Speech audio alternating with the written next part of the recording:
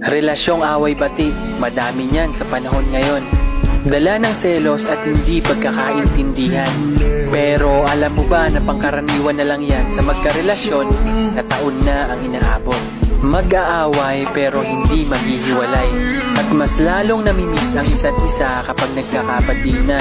Kaya hindi maiiwasan na may mangyayari talaga. Kaya minsan magtataka ka na lang, nagagawan ka ng issue para magtalo kayo.